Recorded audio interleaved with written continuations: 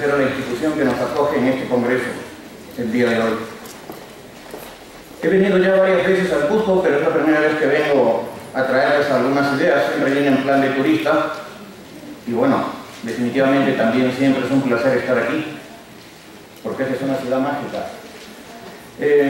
Vamos a hablar un poco sobre el tema de parejas desde una perspectiva, no sé si diferente o relativamente diferente. Tal vez algunos de ustedes hayan oído hablar del enfoque centrado en las soluciones, tal vez otros no.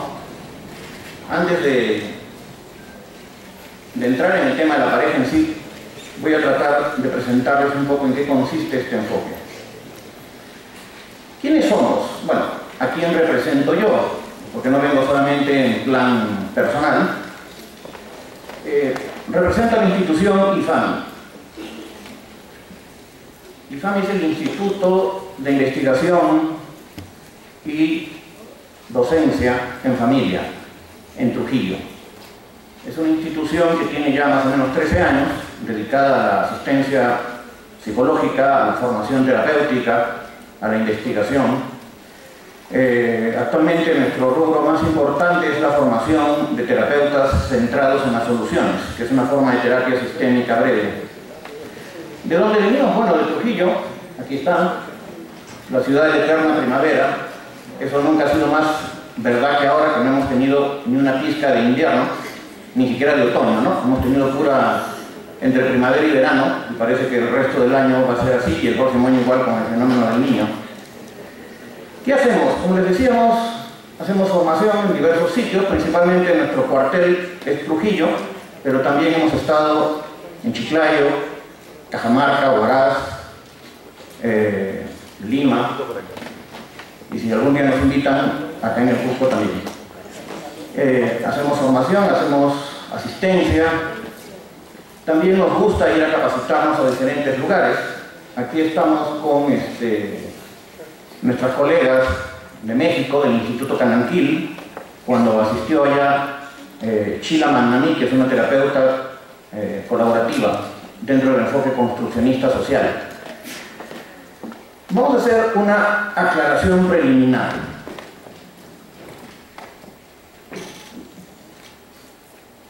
Con algunas preguntas. ¿Qué tanto aceptarías como psicólogo o terapeuta hacer terapia con personas con cuyos conflictos y perturbaciones, con muchos conflictos y perturbaciones, sin decirles qué hacer?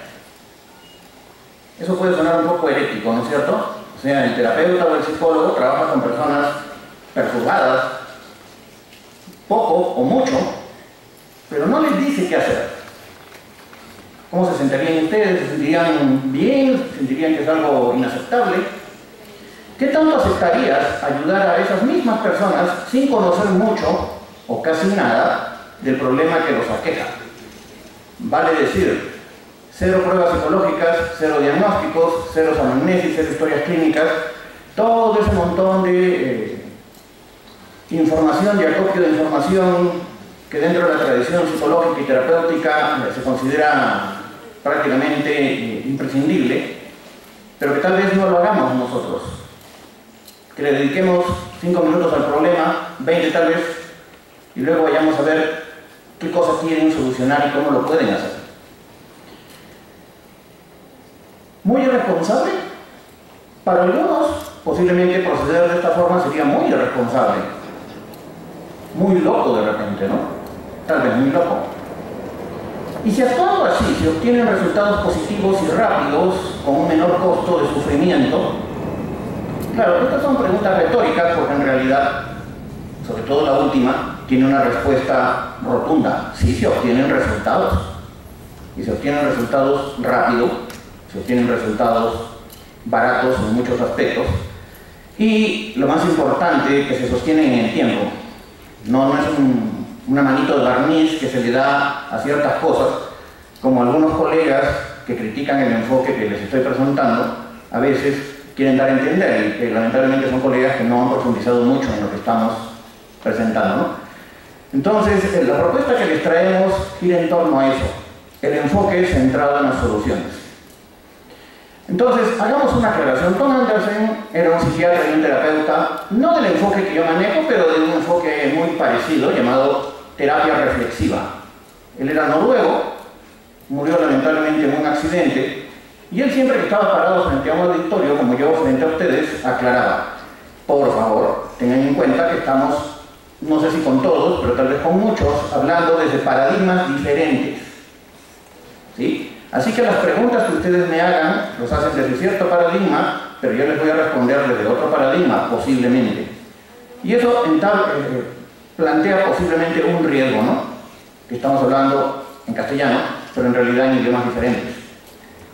Entonces, tengamos eso en cuenta para que, si ustedes van encajando lo que yo voy diciendo en el paradigma que manejan, se den cuenta que están tratando de meter de repente, no sé, el italiano dentro del idioma chino, ¿no? O al revés, ¿sí? Esta es una cita que me gusta mucho y que sintetiza bastante el enfoque centrado en las soluciones, que es un enfoque breve. Lo bueno, si breve, doblemente bueno, ¿sí? Imagínense ustedes ayudar a una persona bien y en muy poco tiempo, doblemente bien. En cambio, decirle, tienes que venir a terapia y más o menos entre 1 año y 2 para obtener resultados, bien también, pero ya no tanto, ¿no? Porque tienes que esperar y tienes que, digamos, aguantártelas una buena cantidad de tiempo. Muy bien, vamos a hacer un poco de genealogía. Acá tenemos, esto lo plantea un colega que estuvo hace poco en Lima y ahora me parece que ha estado en Huánuco. Es un español, es un representante muy importante de la terapia centrada en las soluciones, que es Mark Bellebach. Él tiene un libro, no le digan que les dije, pero lo pueden encontrar en PDF flotando en la red, que se llama 24 ideas para una terapia breve. Entonces, él plantea esta especie de genealogía del enfoque sistémico. Todo este círculo amarillo es el enfoque sistémico. De hecho, miren ustedes, ahí hay muchas cosas que se han quedado fuera. No podemos meter todo lo sistémico dentro. Incluso alguna vez leí que alguien se había tomado la molestia de cuantificar cuántas escuelas y terapias existían en el mundo, y cuando lo leí, que ya hace varios años, él contabilizaba 450. O sea, hay 450 y posiblemente muchas más ahora, formas de hacer terapia psicológica, ¿sí? Dentro del enfoque sistémico, porque el enfoque sistémico es un enfoque, es una corriente, no es una escuela, hay diferentes escuelas. Acá tienen la más conocida tal vez, que es la terapia estructural de Salvador Minuchin, la escuela de Milán, que también es muy conocida, la terapia estratégica, con Haley, Chloé Madames, el enfoque transgeneracional, con Borsumendi Naghi, Fremo, la escuela de Roma, etc. Dentro de eso, hay un rubro especial que son las llamadas terapias sistémicas breves. Y dentro de las terapias sistémicas breves, la más conocida es la del MRI de Palo Alto, en California, ¿no? Con Vaslavic, Wakeland y bueno, algunos otros más. De esta escuela, de este enfoque de Palo Alto, se desprendió el enfoque de la terapia centrada en las soluciones, que quedaba en Milwaukee hasta el fallecimiento de sus fundadores, que son, o eran, Steve DeChazer e In-Soo Kim Berg. DeChazer norteamericano, In-Soo Kim Berg coreano. Esposos los dos. Los dos ya fallecieron lamentablemente.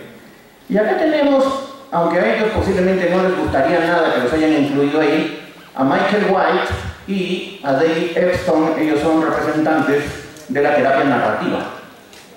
Si bien es cierto, los terapeutas narrativos fueron sistémicos en su origen, ellos proclaman a los 4 vientos que ya no tienen nada que ver con paradigma sistémico, sino que ellos están dentro del paradigma postestructuralista. Si Dios quiere, a mediados del próximo mes, yo voy a ir a Chile, porque justamente, bueno, White también ya falleció, pero Epstein todavía está vivo y va a ir a dar un seminario por ahí. Así que yo voy más en plan como de peregrinación, ¿no? A ver si puedo tocar a uno de los tótems vivientes de la psicoterapia, ¿no? Como es David Epstein. Muy bien, entonces, cuando ustedes escuchen terapia sistémica breve, estamos hablando de una combinación de estas 3 cosas. ¿sí? Lo que yo les traigo ahora tiene que ver sobre todo con esta, terapia centrada en soluciones. Acá hay otra genealogía, ¿no? Mucho de la terapia sistémica parte de estos dos íconos. Ninguno de los dos fue sistémico, por si acaso, pero sus ideas, entre otras más, dieron origen a este enfoque. Gregory Bateson, el mago de Arizona, como le llaman, ¿no? Uno de los grandes representantes de la hipnoterapia. Perdón, Milton Erickson. Y Gregory Bateson, más bien un epistemólogo, una de las personas que co-descubrió la cibernética y fue uno de los fundadores del pensamiento sistémico. De esta, digamos, fusión o esta especie de matrimonio surgieron Haley con la terapia estratégica, el MBA de Alto, la terapia narrativa, y como les decía, de allí se desprendió la terapia centrada en las soluciones y una versión algo diferente, que no es terapia centrada en soluciones, sino terapia orientada a las soluciones, donde se hace un poquito más de énfasis de la cuestión emocional. No quiere decir que en el enfoque de soluciones no nos interese lo emocional, nos interesa, pero O'Hanlon trata de hacer eso mucho más enfático. Y bueno, modestamente, nosotros como institución formadora y terapéutica nos sentimos herederos de ellos. Acá también tenemos un poco cuáles son los pilares de este enfoque. Tenemos las premisas. La terapia centrada en las soluciones es un enfoque o tiene un punto de vista constructivista, construccionista. Un punto de vista sistémico y obviamente un punto centrado en las soluciones. El terapeuta adopta permanentemente una postura de respeto, de escucha y no saber todavía. Adoptamos la postura de no saber. Diversas terapias de las llamadas socioconstruccionistas, colaborativas, dialógicas, narrativas, adoptan esta postura del terapeuta. El terapeuta no es un experto, el terapeuta no es un sabio, el terapeuta no es la persona que guía, el terapeuta básicamente es un facilitador, el experto es el cliente. Ojo, yo sé que tal vez algunos están pensando, pero eso hace 60 años Carl Rogers ya lo planteó. Tal vez, pero la epistemología que sustenta eso es absolutamente diferente. ¿Ok? Entonces, pueden haber coincidencias en el estilo, pero cómo se explica eso y el por qué se explica eso no tiene nada que ver con los puntos de vista humanistas, que por lo demás son bastante respetables, ¿no? Y las técnicas, por ejemplo, trabajo con excepciones, trabajo sobre objetivos, uso de escalas, etc. Y el fondo lingüístico de toda esta práctica centrada en las soluciones es el lenguaje presuposicional. Es una forma de hablar donde damos por sentado que ciertas cosas van a ocurrir, ¿no? Por ejemplo, a ver si notan alguna diferencia. Si mejoraras en tu problema, ¿cómo te sentirías? Esa es parte 1. Parte 2, en presuposicional. Cuando mejores en tu problema, ¿cómo te vas a sentir? ¿Cuál se nota más cercano, el primero o el segundo? El segundo. Esa es la idea. Eso de hecho también está inspirado en Erickson, ¿no?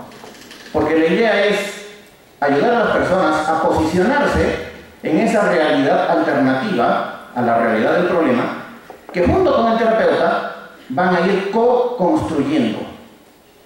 ¿Sí? No es que el terapeuta le va a decir cómo tiene que ser su relación funcional, matrimonial, de familia o personal, sino que la persona es el experto.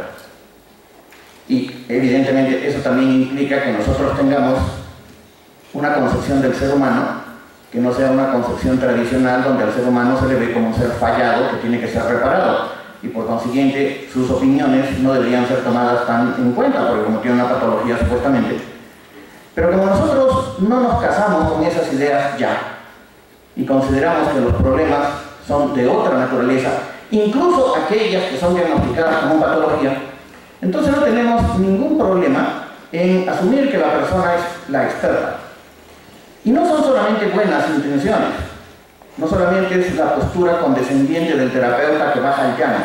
Esto está sustentado en evidencia empírica y en seguimientos. Muy bien, Acá tenemos a Steve y a Insu, algunos de los principios de este enfoque.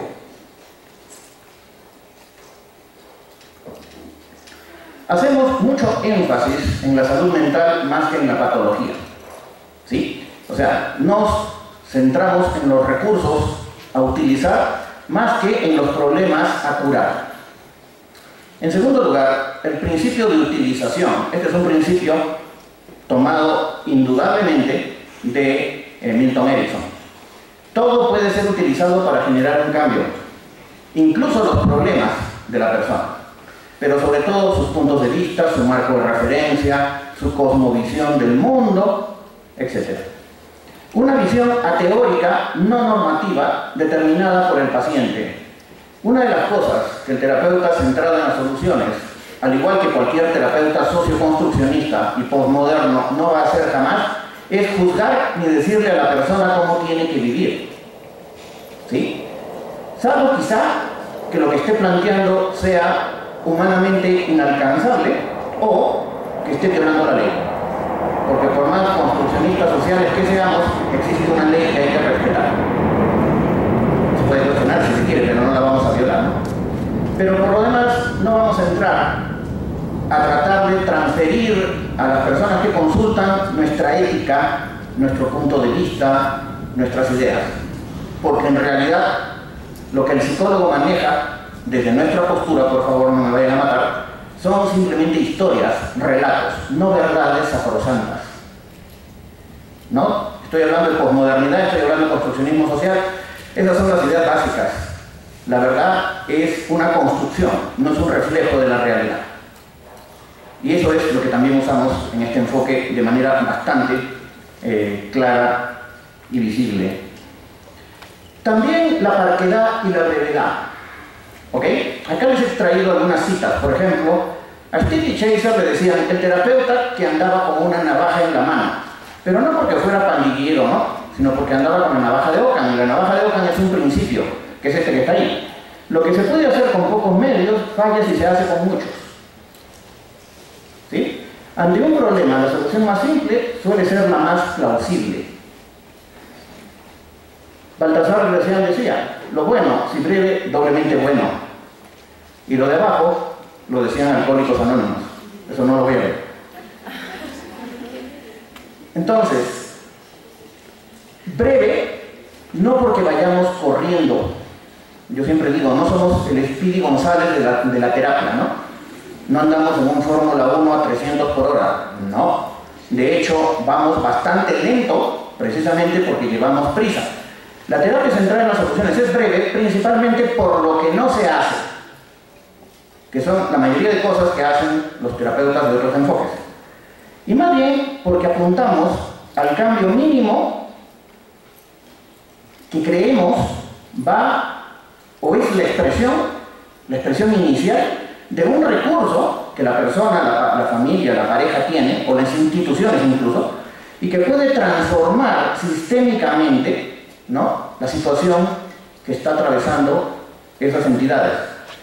Si ustedes más o menos captan o manejan el concepto de sistema, por eso es que todavía somos sistémicos, un sistema es un conjunto más o menos ordenado, interrelacionado de elementos, interdependientes, interactuantes. Si un sistema es eso, lo que pasa en un elemento del sistema va a repercutir sí o sí en todos los demás elementos. Por eso es que tú no tienes ni siquiera que trabajar, lo cual no quiere decir que no se pueda hacer, con todos los elementos de la familia o incluso con todos los elementos de la pareja. En muchos casos yo trabajo con parejas, pero cuando solo uno de ellos quiere ir y cuando el otro no quiere ni pisar el consultorio, que generalmente es el varón, ¿no? Y no obstante, yo le digo a la persona que va a consulta, no te preocupes, mira, si tú le pones ganas y trabajamos lo suficiente y el tiempo suficiente, tu pareja va a sufrir las consecuencias sí o sí, porque cuando llueve todos se mojan. Entonces, en algunos casos, la persona persevera y eso suele ocurrir. El cambio es inevitable. También sabemos, y esto nos lo dice el enfoque sistémico general, ¿no?, la teoría general de los sistemas, que todo sistema está en transformación. Entonces, la idea no es si las personas o las parejas en este caso van a cambiar, sino cuándo. Y tal vez, ¿qué podemos hacer para que ese cambio sea lo más rápido posible y en la dirección que ellos quieren. Una orientación hacia el presente y el futuro. Por consiguiente, salvo a la hora de buscar recursos, porque la herramienta principal de nuestro enfoque es la búsqueda, identificación y uso de recursos, y esos recursos normalmente están en la historia de cada persona, no nos interesa demasiado indagar sobre la historia del problema. Cuando tenemos que escuchar la historia del problema, es básicamente para favorecer el rapport, porque viene una persona, viene una pareja, y nos quiere contar, como de lugar, su larga historia de sufrimiento. Y para que no se vayan a sentir que no los escuchamos, bueno, a veces tenemos que escucharlos. Solamente por eso, para favorecer y mantener la colaboración y la alianza terapéutica. Pero también hay evidencia empírica que señala que las causas, en el poco probable caso que identifiques cuáles son las causas de un problema, y además los problemas son multicausales, es decir, es por esto, es por esto, es por esto, es una cuestión bastante caprichosa, creo yo, no tiene nada que ver con lo que va a generar una solución.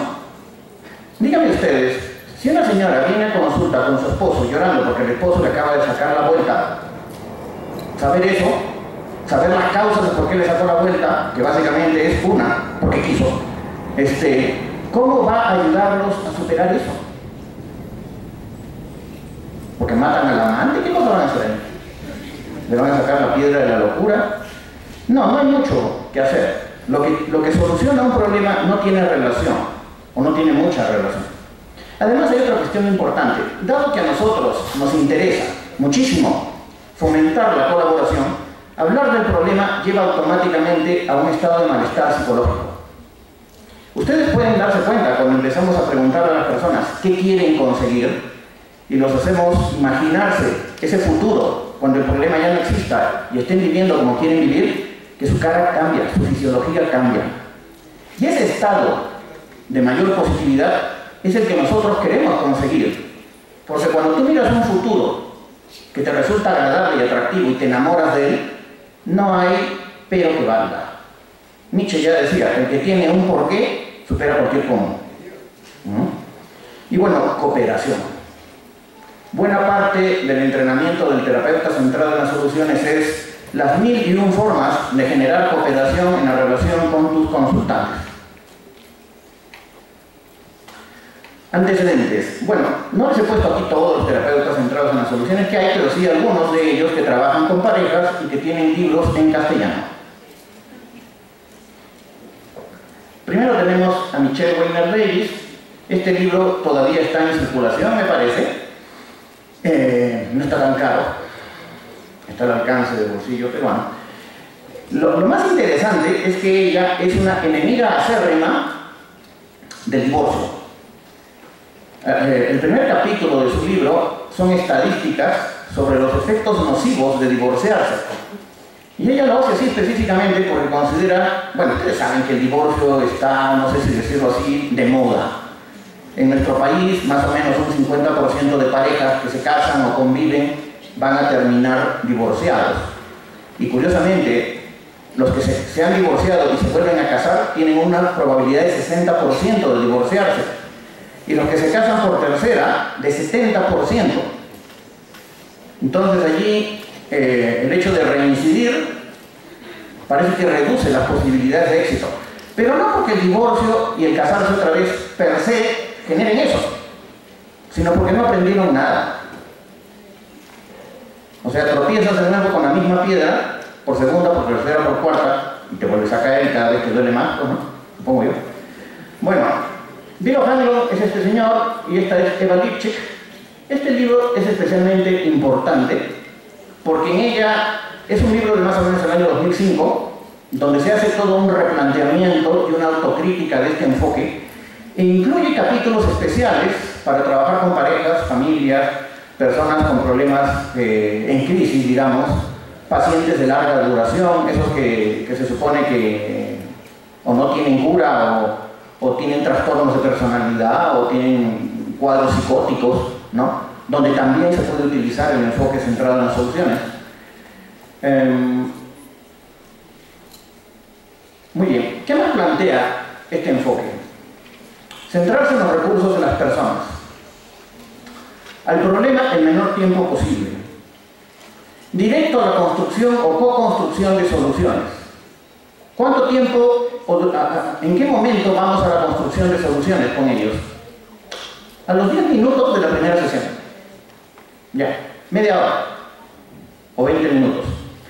En cuanto se pueda, te le vas encima al problema, le pasas por encima e invitas a las personas a construir o empezar a construir esa realidad diferente en la que quieren vivir.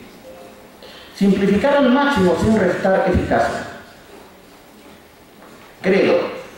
Este es el 11º mandamiento del terapeuta centrado en las soluciones. Todos tienen recursos. Y estos recursos están en sus historias personales y relacionales.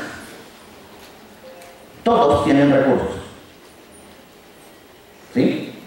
Ningún problema es mayor que la persona que lo porta.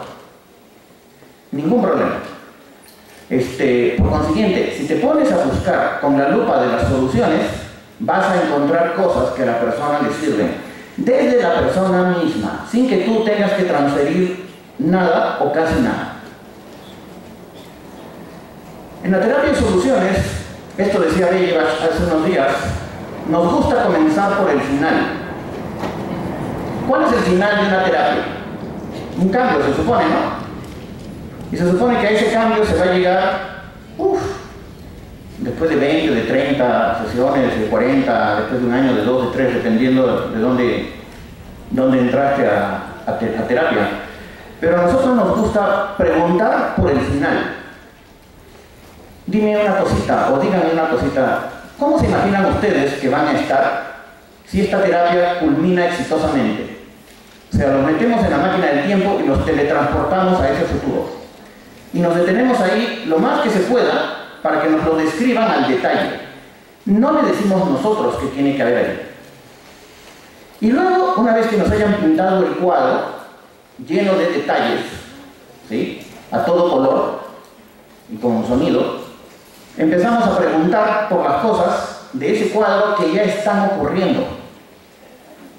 Y nos vamos a dar cuenta que en el 99% de los casos, eso que quieren alcanzar ya está ocurriendo ahora, aunque sea mínimamente. Y si está ocurriendo, no es por una cuestión de milagro, suerte o vete a saber, es porque están haciendo algo diferente de lo que hacen cuando tienen el problema, que aún no identifican, no se percatan y por consiguiente no lo pueden reproducir. Por eso es que comenzamos por el final y es por eso que esta terapia tiende a ser mucho más breve que otras. Muy bien. Hasta aquí los voy poniendo dentro del contexto del enfoque de soluciones. Entrando al tema de parejas en sí. Cuando uno trabaja con parejas en este enfoque, no difiere mucho de lo que se hace cuando trabajas con familias o cuando trabajas con individuos o incluso con instituciones. El esquema general es el mismo, aunque sí implica un poco más de dificultad. ¿Por qué? Porque tenemos que satisfacer una relación. Una relación que generalmente viene echando chispas, viene con mucha carga de negatividad, viene incluso barajando, porque los peruanos solemos ir a terapia de parejas casi al final, ¿no?, cuando ya no hay mucho que hacer, cuando la relación pende de un hilo, donde hay mucho que hacer para tratar de restablecer ese vínculo, ¿no? Y donde los que participan tienen que confiar en que el terapeuta va a ser neutral. Más que neutral, vamos a estar de parte de la relación. No vamos a estar de parte de uno o de otro. Eso de que tenemos una neutralidad alternante, en este enfoque no lo usamos. Nosotros nos ponemos del lado de la relación. Y eso es algo que la pareja tiene que entender desde el comienzo. No vamos a tratar los problemas de ella, los problemas de él. Vamos a tratar el tema de la relación. Muy bien. Acá se recomienda, como en muchos otros enfoques de terapia de parejas, tener una sesión conjunta, luego tener una sesión individual con cada uno de ellos y después tomar una decisión acerca de si hay condiciones mínimas para hacer terapia de parejas. En esta primera evaluación vamos a apreciar la interacción de la pareja. Les vamos a pedir que conversen unos 5 o 10 minutos sobre algún tema que sea especialmente difícil para ellos, ¿sí? Y vamos a observar qué es lo que pasa. Tenemos que ver también si es que hay deseo y capacidad para trabajar en la relación. Si es que ambos quieren. Si ambos no quieren, podemos trabajar con uno de ellos, pero el otro no debería estar presente. Porque una de las cosas que no hacemos es incluir a las personas que están en contra de la terapia. Insisto, aunque ellos no vengan, igual el efecto les va a llegar. Pero tener a una persona muy negativa en la consulta no favorece la colaboración. Así que, disculpando, mucho ayuda el que no estorba, ¿no? Será improductivo si no tienen metas similares y no se esfuerzan por construir una solución. Claro, también ahí está el arte del terapeuta, porque pueden venir personas, miembros de una pareja que viven juntos todavía, pero con planteamientos diferentes.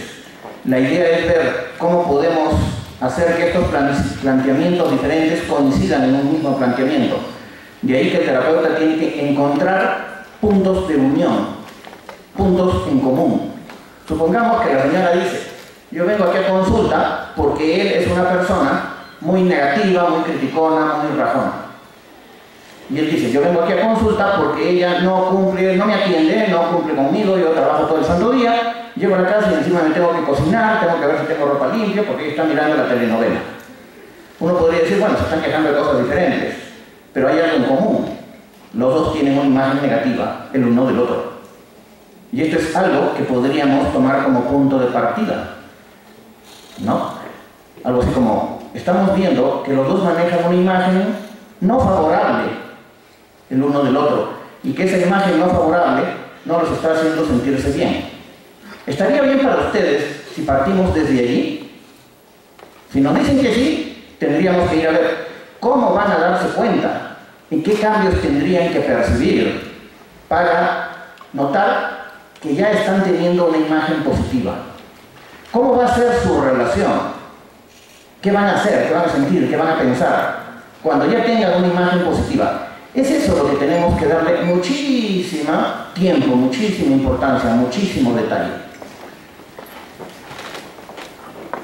Cuando estas diferencias son muy intensas, son muy fuertes, sobre todo cuando hay mucha crítica, y eso es uno de los factores que a veces los terapeutas de parejas tenemos que enfrentar. A veces nos podemos sentir como pintados en una pared, ¿no? Entonces, ¿por qué? Se ponen a desdecirse mutuamente, se ponen a aclarar, a veces piensan que están en una especie de juez, ¿no? Donde les vamos a tener que dar la razón a uno o al otro. Y cuando no es posible, por más esfuerzos que hagamos, de tratar de decirles que por ahí no va la cosa, pues vamos a tener que agregar otras 2 sesiones más para conversar por separado, aparte de las sesiones individuales que les había mencionado, ¿no? Y como les mencioné, el contrato terapéutico gira en mejorar la relación, no en tratar los problemas individuales. Si alguno de ellos tuviera un problema individual, lo recomendable es que lo trate en otra parte, de manera individual.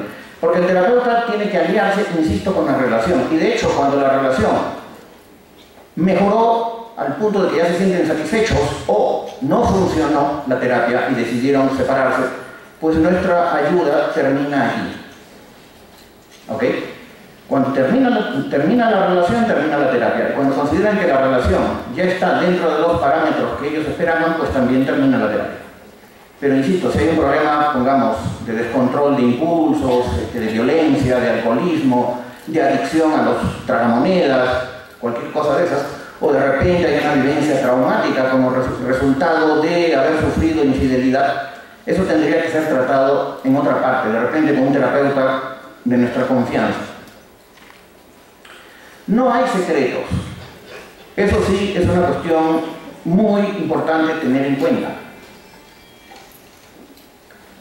De hecho, cuando ellos quieran o cuando ellos tengan que hablar con nosotros en la sesión individual, ya deben saber que no pueden contarnos el secreto bomba.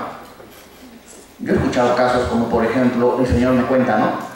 No le diga a mi esposa, pero a mí me gusta mucho vestirme de mujer. La esposa ya lo sospechaba algo, ¿no? O cuando la esposa viene y te cuenta, mire, tenemos 4 hijos, pero el último no es de él, pero él no lo sabe. Entonces, te ha puesto una papa caliente en las manos. La idea sería, ¿para qué te lo contó? ¿Qué se espera que se haga con eso? Si no es importante, pues no debió contarlo. Y si es importante, pues debió contarlo a la pareja. Aunque esto vaya a generar una crisis. Porque los secretos, esto también está bastante investigado, erosionan la relación. Uno puede tener N razones para justificar por qué tiene un secreto que no le cuenta a su pareja. Pero con todo, eso va erosionando el vínculo. Permite profundizar la relación con los clientes.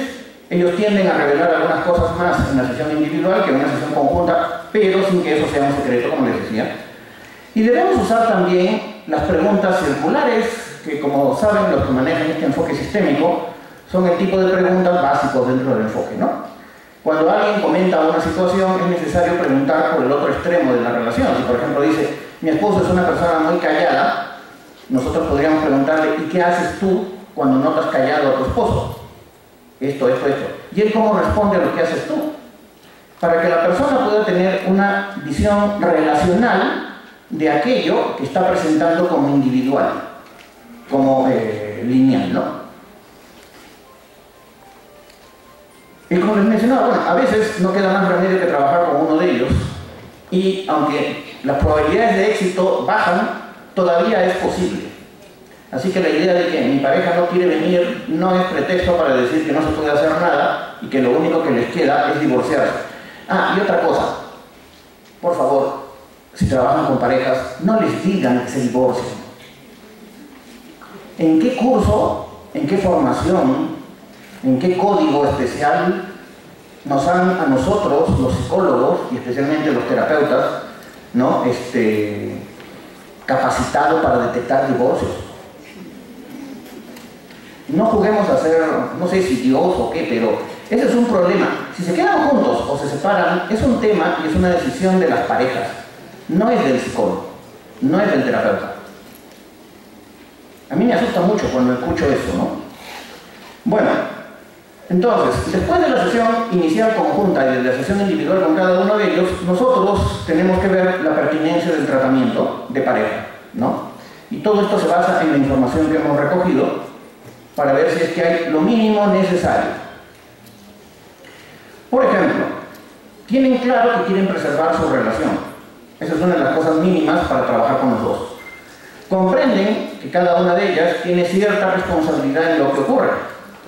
Porque si viene el señor que cuestiona total y absolutamente a la señora y él dice que no tiene nada que ver en el problema, eso no pinta bien, porque ese señor no va a colaborar. O si es el señor lo mismo, ¿no? Cada parte es capaz de demostrar alguna empatía por la posición del otro. Por lo menos pueden intentar tratar de entender el marco de referencia de su pareja. Tratar de entender un poco las motivaciones que su pareja puede tener. Ambos mencionan algunos aspectos positivos de la relación. Porque una relación puede estar al borde del colapso, pero no todo es malo. No todo es malo. Por ejemplo, todavía pueden preservar algo de amistad, algunos intereses comunes, pueden reconocer la capacidad que tienen para ser buenos padres, para ocuparse de la casa, etc., ¿no?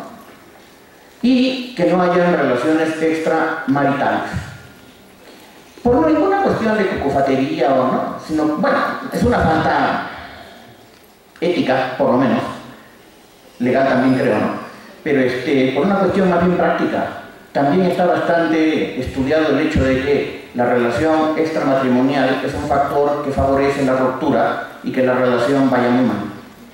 Cuando tengo la sesión individual con cada uno de ellos, yo le pregunto, a ver, dígame con toda honestidad, ¿hay alguna relación con otra persona en este momento? Me suelen decir no. Yo le digo, mire, le voy a creer, pero si no me está diciendo la verdad, yo me voy a dar cuenta. ¿Y cómo así? No es porque tenga un sexto sentido ni nada por el estilo, porque simplemente no van a mejorar. Así de simple, no van a mejorar. Y esta es otra cosa que también quisiera pedirles, por favor, ¿no?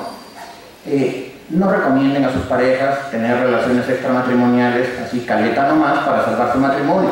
Porque existe ese mito, ¿no? Que la infidelidad puede salvar matrimonios. Lo que no te da tu mujer, lo que no te da tu marido, que te lo del otro, y mientras no se entere,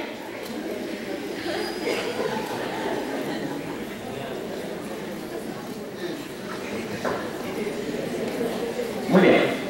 Aquí está el esquema general de la terapia de soluciones. Tenemos que crear contexto terapéutico. ¿En qué consiste esto? Desde que recibimos la llamada telefónica o desde que los consultantes llegan a consulta, al consultorio, tenemos que recibirlos, tenemos que hacerlos sentir como en su casa.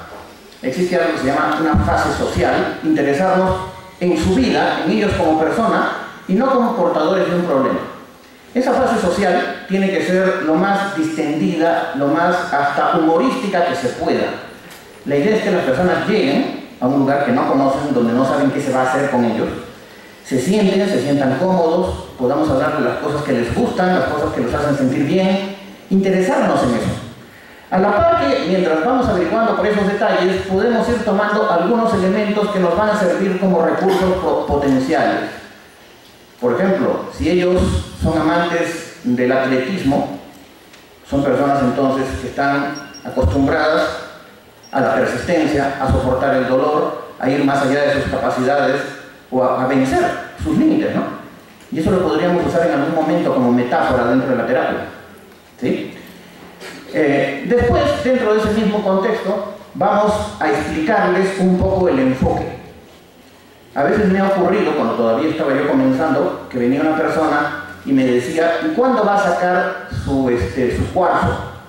¿Mi cuarzo? Sí, ¿usted no pasa el cuarzo? No, disculpa. En otro caso me preguntaban por hipnosis regresiva. La hipnosis regresiva es muy respetable, pero yo no la manejo, ¿no? Entonces, allí entendí la importancia que tiene hacer el encuadre teórico del enfoque, ¿no? Explicarles de una manera que puedan entender con mucha claridad en qué consiste la terapia de soluciones, para que no esperen lo que no va a ocurrir. Porque que uno esté atento a lo que va a pasar y esté de acuerdo con eso, favorece la colaboración, ¿sí? Después vamos a entrar a ver la demanda, vale decir el motivo de consulta, el problema. Y a partir de eso, negociar esa demanda. Porque a veces lo que las personas plantean como problemas no están bien planteados, empezando porque no son concretos. En segundo lugar, porque a veces ni siquiera corresponden a ellos. Vienen a tratar de cambiar a una persona que no está presente a veces. O una persona que no quiere ser cambiada en ese punto que ellos consideran que es un problema. Entonces tenemos que negociar esa demanda y a partir de ahí también establecer un proyecto de trabajo. Vale decir, objetivos terapéuticos. ¿Cómo van a notar ellos que la terapia tuvo éxito? ¿Qué cambios esperan lograr en sus vidas? Y esos objetivos también tienen que ser, como diría Zuckerberg, bien pensados, concretos, relacionales, alcanzables, con una cronología predeterminada, ¿no? Para tal fecha tengo que estar pasando tales cosas, que estén bajo su control y que estén dentro de lo humanamente posible, ¿no? Porque si viene alguien y dice, yo quiero que mi pareja y yo nunca más estemos en desacuerdo. Disculpa, le digo, yo que soy terapeuta y estoy casado también a veces estoy en desacuerdo con mi mujer, entonces no te puedo prometer lo que ni yo mismo puedo cumplir. Aparte de que el desacuerdo en sí no tiene por qué ser un problema. El problema es lo que haces con el desacuerdo, que es otra cosa, ¿no? Muy bien. Después vamos a utilizar una herramienta que es uno de los aspectos más conocidos de la terapia de soluciones, aunque no es el único ni tampoco es el principal. Es la así llamada pregunta del milagro, ¿sí? A grandes rasgos, ¿en qué consiste? Una vez que ya conoces el problema, lo que quieren lograr, lo que esperan de ti como terapeuta, ¿sí? Entonces tú le dices, muy bien, imagínense que, bueno, terminamos de conversar, ustedes se retiran, hacen lo que tengan que hacer el resto del día y en la noche se van a descansar. Y mientras están durmiendo, mientras duermen, ocurre un milagro. El problema por el cual ustedes han venido a consulta se resuelve así, milagrosamente, sin que hagan nada. Y no como suele ocurrir en la vida real, que es con tiempo y esfuerzo, sino literalmente de la noche a la mañana. Imagínense eso.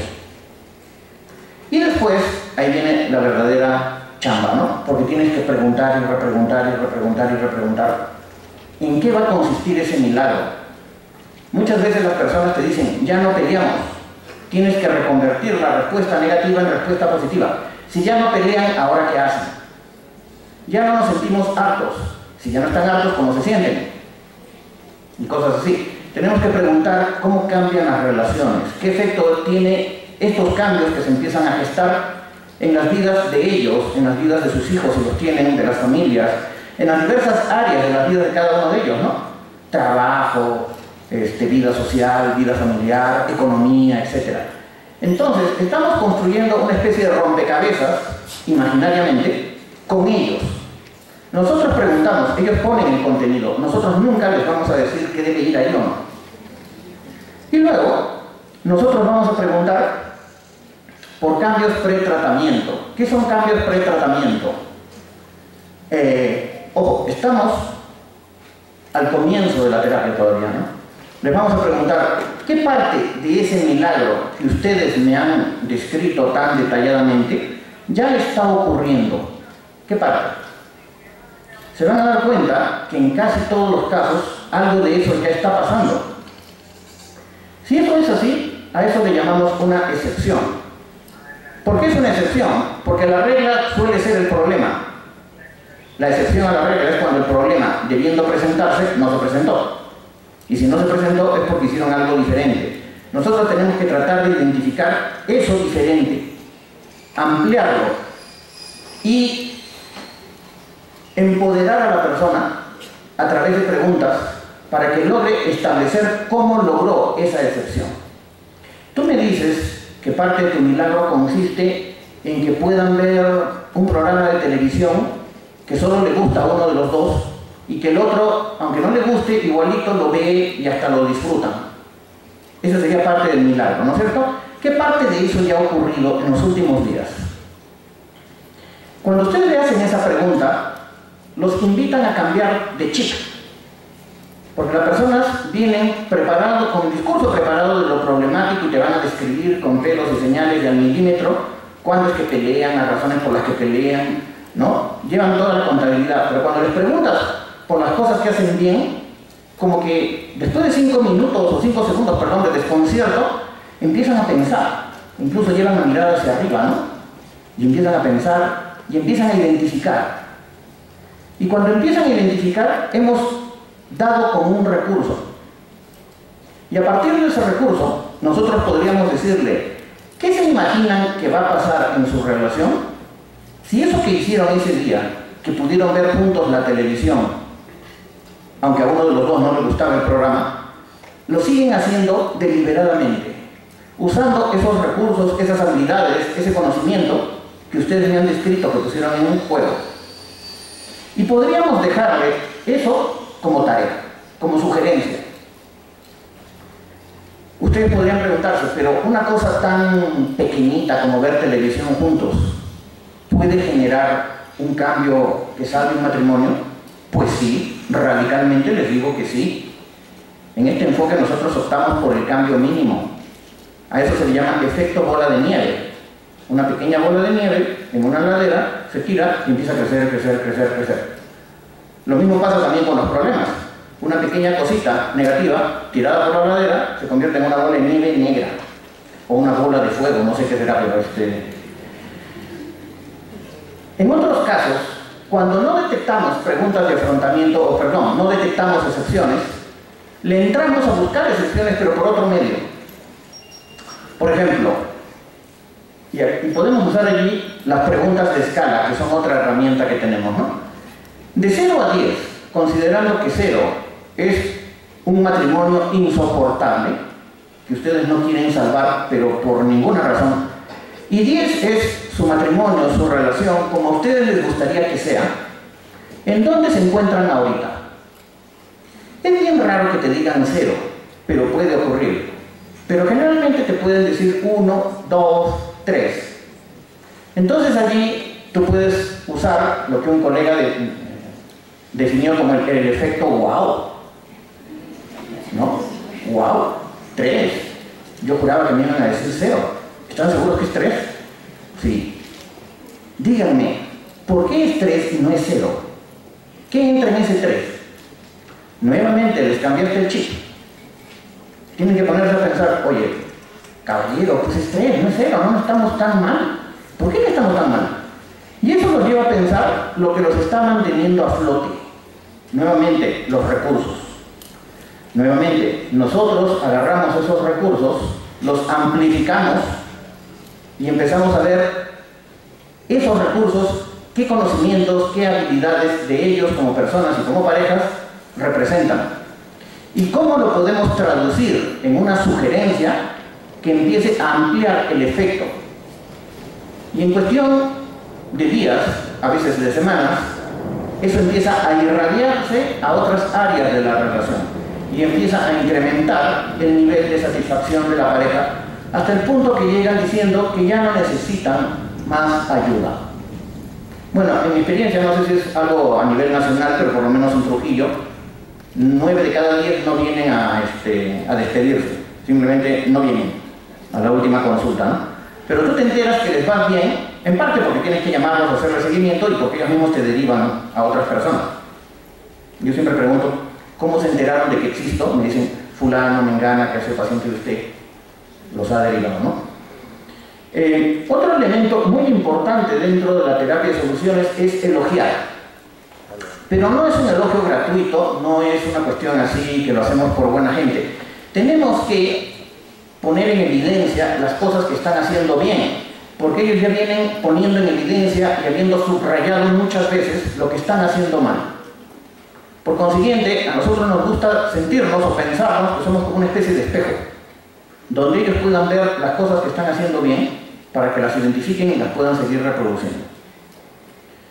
Muy bien. Bueno, creo que ya me estoy pasando del tiempo. Quería explicarles cómo es la segunda sesión.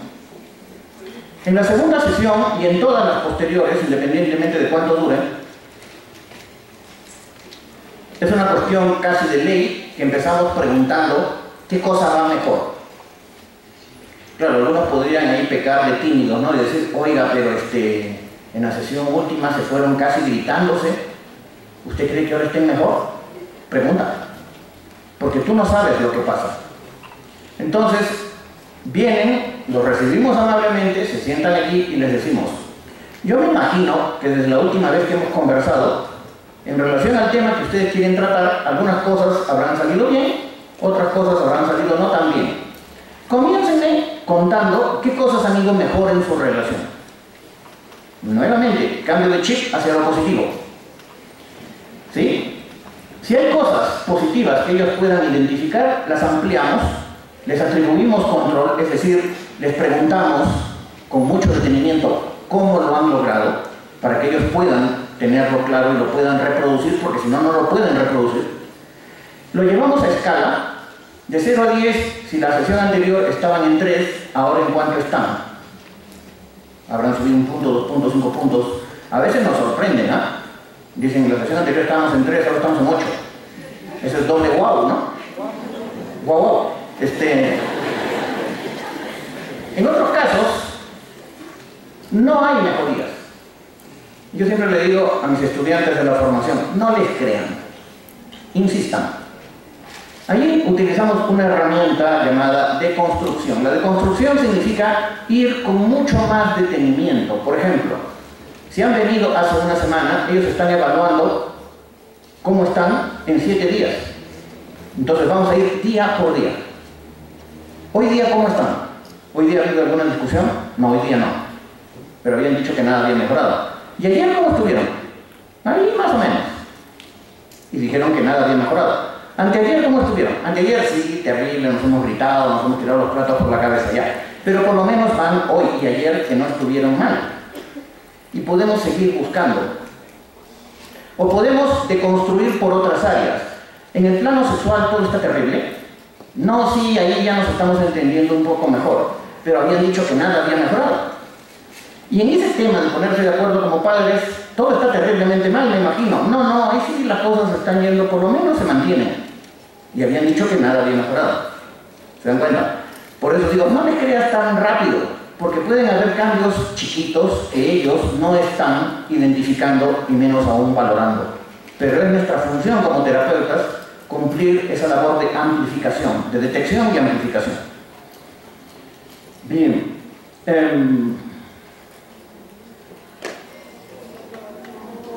Sí. Lo que no digan lo pueden ustedes preguntar si quieren. Una de las partes donde el terapeuta de parejas a veces sí tiene que intervenir es cuando nota que la pareja no tiene suficiente información sobre ciertos temas. Uno de esos temas, por ejemplo, es la evolución de la relación. Muchas parejas piensan que se van a quedar tal cual los primeros 3 meses del enamoramiento.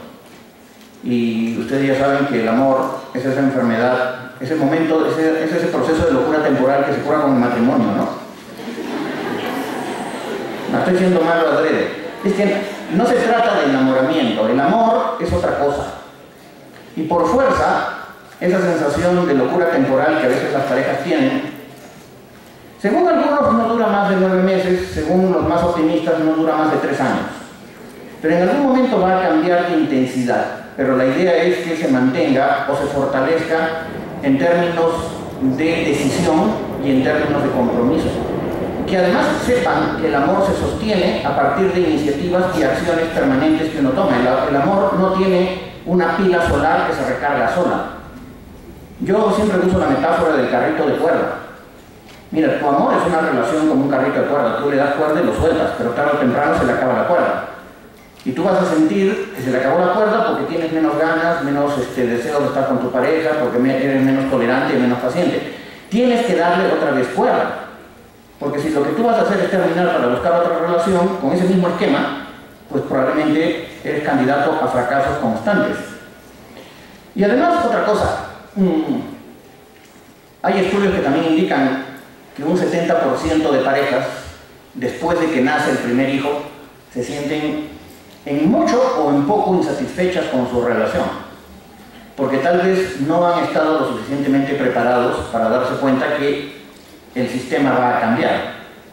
Y cuando un sistema cambia por el ingreso o la salida de algún integrante, van a tener que enfrentar alguna pequeña o gran crisis, ¿no? Y no saben reacomodar sus vínculos, no saben reacomodar sus relaciones, y eso lo vivencian como que, bueno, pues se acabó el amor y listo, a acabar con todo, ¿no? Las rupturas y los divorcios, no de enamoramiento, no de enamorados por si acaso, sino cuando ya hay convivencia y hay hijos de por medio, cuando se rompe, también hay estadísticas que indican que en promedio uno vive 4 años menos.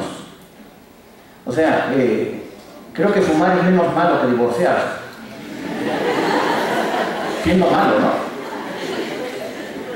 Ojo, no es el divorcio per se, es por lo que las personas están dispuestos a pasar hasta que dicen no va más. Y hay otros estudios que indican que desde que surgen los problemas en una relación hasta que hacen algo al respecto, pasan unos 7 años. Pero en esos 7 años han habido gritos, llantos, infidelidades, portazos, golpes, etc. Es eso lo que reduce tu vida, y la de tus hijos, y la de la gente que está a tu alrededor también, ¿no? Entonces, saber que las parejas atraviesan etapas y estar preparados frente a eso, probablemente les va a ayudar a enfrentar esas etapas. Y también es importante aprender a comunicarse, ¿sí? Aprender a comunicarse, aprender este mecanismo de la empatía y aprender la regla básica, la regla de oro, ¿no? Acerca de que no tienes derecho a expresar tu punto de vista mientras no hayas entendido, escuchado a cabalidad el punto de vista del otro. Por eso, en lugar de ir a plantear lo que tú quieres que pase, sería mejor que te enteres lo que tu pareja desea que pase. Hasta su entera satisfacción, que te enteres, que lo escuches. Y que luego le ofrezcas tu punto de vista. Con eso se van a librar de un montón de crisis y dificultades. Bueno, creo que ya me tengo que ir viendo. Le puse esta imagen un poquito para graficar lo que a veces pasa, ¿no? Tú simplemente tienes que tirar, como terapeuta, la primera fichita y vas a producir el efecto dominó en cuestión de días. O también el efecto de ondas. En una laguna tranquilita, tiras una piedrita pequeña y vas a crear ondas. Esa piedrita es tu intervención mínima. Esa intervención que puede ser tan pequeña. Yo recuerdo, en una ocasión, una mujer llega a mi consultorio diciéndome, o me la derivó una alumna mía, diciéndome que esta señora se quería suicidar, porque estaba sola ahí en Trujillo, con 2 hijos pequeñitos, sin poder ejercer su profesión, y esperando que llegara el esposo, porque el esposo trabajaba en una mina y lo veía cada 20 días. Entonces el esposo llegaba siempre, supongo que cansado o aburrido, y esta señora religiosamente cada 20 días iba a preguntarle, ¿por qué llegas con esa cara? Y el esposo, como si hubiera una especie de contrato allí, explotaba, como diciendo, me tienes harto, siempre me cuestionas mi cara, ¿qué le pasa? ¿Qué tal? Por consiguiente, la señora, que había estado esperando 20 días para ser esposa, para estar con su hombre, se daba media vuelta, se iba a llorar. Después de 1 año de estar en esa situación, más o menos, la idea de matarse y matar a sus hijos pequeños ya rondaba por su cabeza. Es ahí donde la alumna viene y me cuenta así pues asustada, ¿no? Ustedes no creerán lo que salvó el matrimonio de esta señora. Fue un caramelo. Sí, porque la señora es la que iba a consulta. ¿Sí? El esposo yo lo vi después, pero por otro problema. Yo le dije, a ver, dime al detalle, ¿qué es lo que pasa? Él llega, yo le pregunto por qué llega así, y siempre me responde mal, y no hay derecho, yo estoy esperando. ¿Por qué tiene que llegar con esa cara? Por lo menos tendría que saber que yo estoy aquí criándole a los hijos, 20 días sola. Bueno, ese es su punto de vista. Probablemente el esposo tenía otro punto de vista también, ¿no? ¿Por qué siempre me tiene que preguntar por mi cara? ¿No se da cuenta que llevo 20 días en una mina, ¿no? A 5.000 metros de altura y a 5 grados. Entonces, yo le dije, parece que ese es el punto de inicio de todo, ¿verdad? Sí.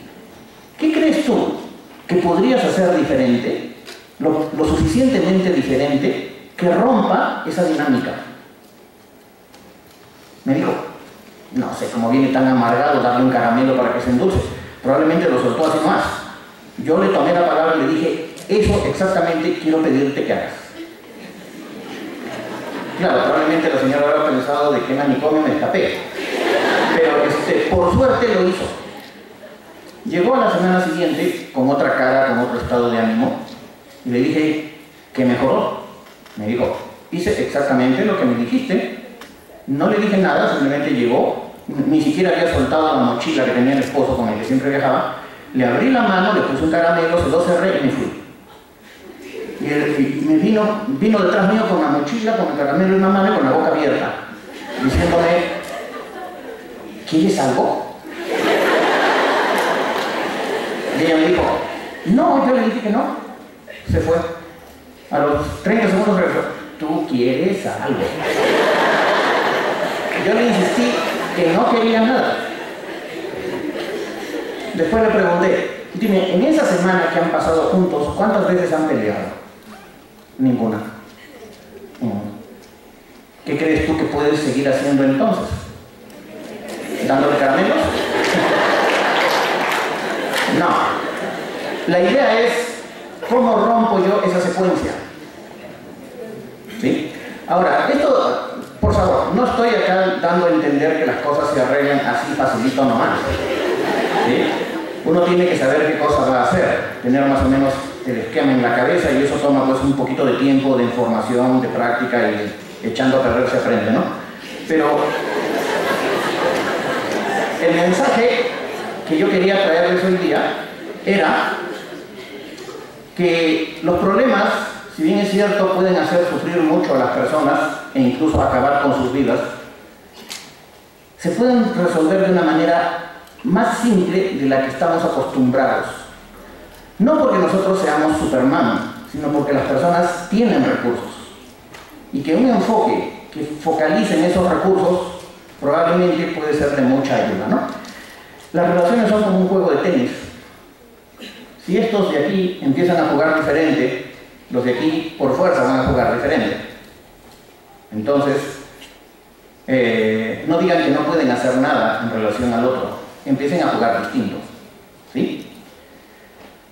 A los que dicen que es imposible, los que dicen que es imposible no deberían molestar a los que ya lo están haciendo. Eso lo decía Einstein, y con eso quiero darles muchas gracias.